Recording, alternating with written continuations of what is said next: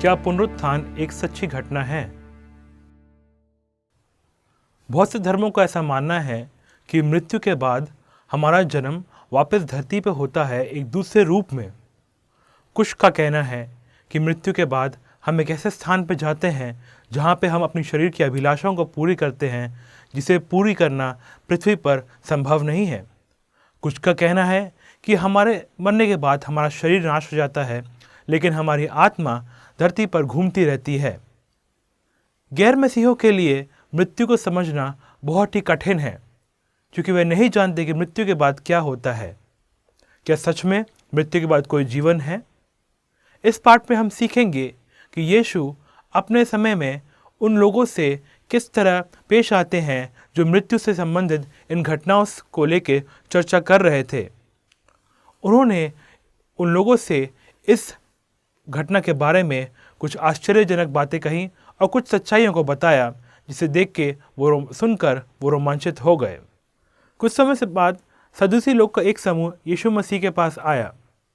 सदूसी लोग के समूह का यह विश्वास था कि पुनरुत्थान जैसी कोई चीज़ नहीं होती।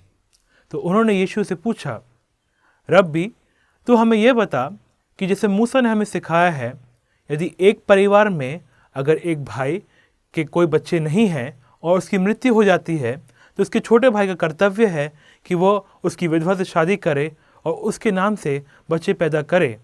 लेकिन हमारे बीच में एक भाई था जिसकी मृत्यु हो गई। उस प्रकार उसके कोई बच्चे नहीं थे और उसके छोटे भाई ने उसके बड़े भाई की विधवा से शादी की। इस प्रकार वो भी मर गया। उसके तीसरे भाई ने शादी की और ऐसे करते करते 7 भाइयों की मृत्यु हो गई, लेकिन किसी से भी कोई बच्चा नहीं था। तो उनका सवाल ये था कि पुनरुत्थान के समय पर वो किसकी पत्नी होगी, क्योंकि 7 लोगों ने उससे विवाह किया था। मत्ती 22 का 24 से 28। सदस्य लोगों के समूह का यह मानना था कि इस सवाल का जवाब कोई भी नहीं दे सकता है। यहाँ पे सवाल ये नहीं था कि पुनरुत्थान है या सच्चा है या नहीं, क्योंकि पुनरुत्थान के विषय में सदस्य लोग का मानना था कि ऐसी कोई भी चीज़ नहीं है। वो किसी भी अलौकिक चीज़ पर विश्वास नहीं करते थे, ना कि वो स्वर्गदूतों पर भी विश्वास नहीं करते थे। उनका विश्वास सिर्फ मूसा द्वारा लिखी गई 5 पुस्तकों पर था। वो इस बात को भी नहीं मानते थे कि यीशु मसीह मसीहा है। वह लोग मसीह से इसलिए सवाल कर रहे थे, ना कि जवाब जानने के लिए, बल्कि उसका तिरस्कार करने के लिए, क्योंकि उन्हें लग रहा था कि अगर यीशु मसीह इस सवाल का जवाब नहीं दे पाया तो उसे नकारा जा सकता है, क्योंकि उनके अनुसार मूसा के नियमों में मूसा ने इस प्रकार कहा था कि यदि एक भाई जिसकी शादी हो चुकी है और उसका परिवार अगर नहीं बढ़ा है, तो उसके छोटे भाई का कर्तव्य बनता है उसकी मृत्यु के बाद उसकी विधवा से शादी करने का। और उन्हें लगा कि अगर इसका कोई भी सही उत्तर नहीं है तो पुनरुत्थान से इसका कोई लेना देना नहीं है। तब यीशु ने उन्हें उत्तर दिया कि तुम्हारी सोच में खोट है, तुम सच्चाई को नहीं जानते हो, क्योंकि तुम्हें ना ही वचन या शास्त्रों के बारे में पता है, ना ही तुम परमेश्वर की सामर्थ्य को जानते हो। जब पुनरुत्थान होगा तब ना ही लोग शादी करेंगे, ना ही शादी में एक दूसरे को दिए जाएंगे। तब वो स्वर्गदूत जैसे होंगे, जैसे स्वर्गदूत स्वर्ग में होते हैं। जब हम बात करते हैं पुनरुत्थान की, क्या आपने वचन में नहीं पढ़ा कि मैं अब्राहम का परमेश्वर हूँ, मैं इसहाक का परमेश्वर हूँ, मैं याकूब का परमेश्वर हूँ। वो मुर्दों का परमेश्वर नहीं, बल्कि जीवितों का परमेश्वर है।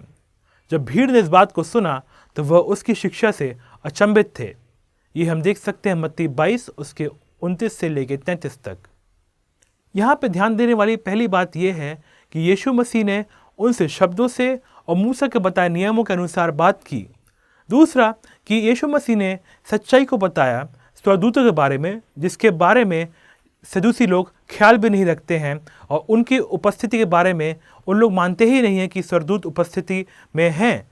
और फिर सबसे अंतिम बात ये कि यीशु मसीह ने उनकी आध्यात्मिक स्थिति के बारे में बोला और उन्हें बताया कि ना ही वो शास्त्रों को जानते हैं, ना ही परमेश्वर की सामर्थ्य को समझते हैं। ये धर्म के गुरु लोग परमेश्वर के वचन को नहीं समझते थे, ना ही वो पुनरुत्थान के बाद के जीवन को समझ रहे थे, क्योंकि स्वर्ग में ना ही लोग शादी करते हैं, ना ही वहाँ बच्चे पैदा होते हैं।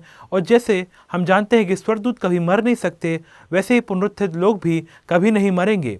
क्योंकि वो परमेश्वर के पुत्र हैं और पुत्रियां हैं, और क्योंकि उनने धार्मिकता में पुनरुत्थान में का हिस्सा हैं, इसलिए वो कभी नहीं मरेंगे।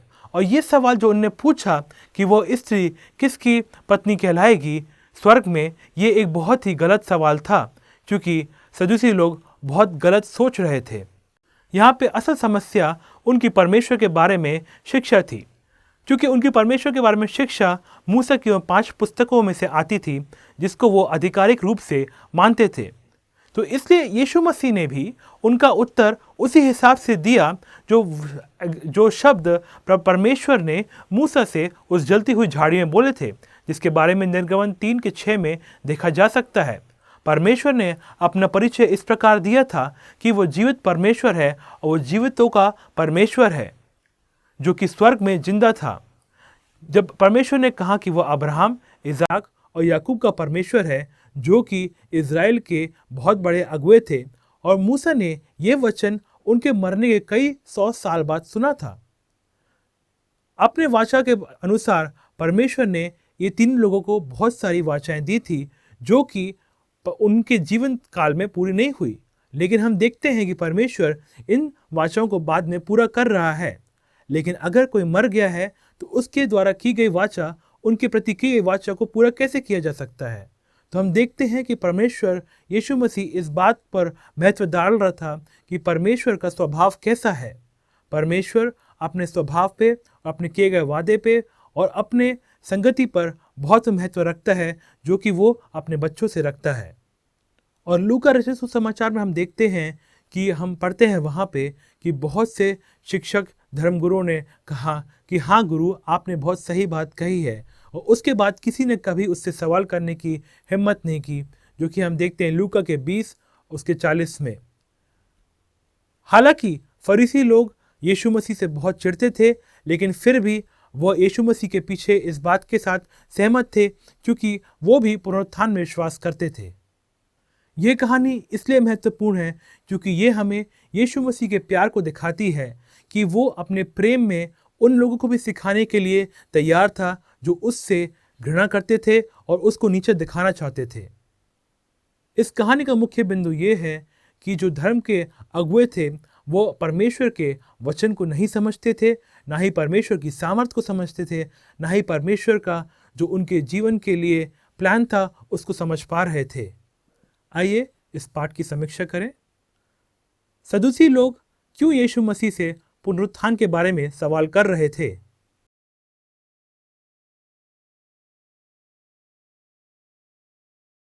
अगर आपने जवाब दिया कि वो उसे नीचे दिखाना चाह रहे थे और उसके मसीहा होने के दावे को हटाना चाह रहे थे, तो आप सही हैं।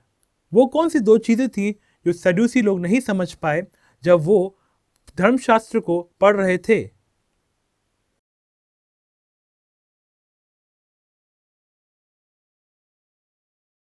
अगर आपने उत्तर दिया कि यीशु ने कहा कि ना ही वो धर्मशास्त्र को अच्छी तरीके से समझ रहे थे और ना ही वो परमेश्वर की सामर्थ को जानते थे, तो आप सही हैं। वे कौन लोग थे जिनके बारे में यीशु ने कहा कि वो परमेश्वर के साथ जीवित हैं और इससे उसने पुनरुत्थान की बात को सच कहा?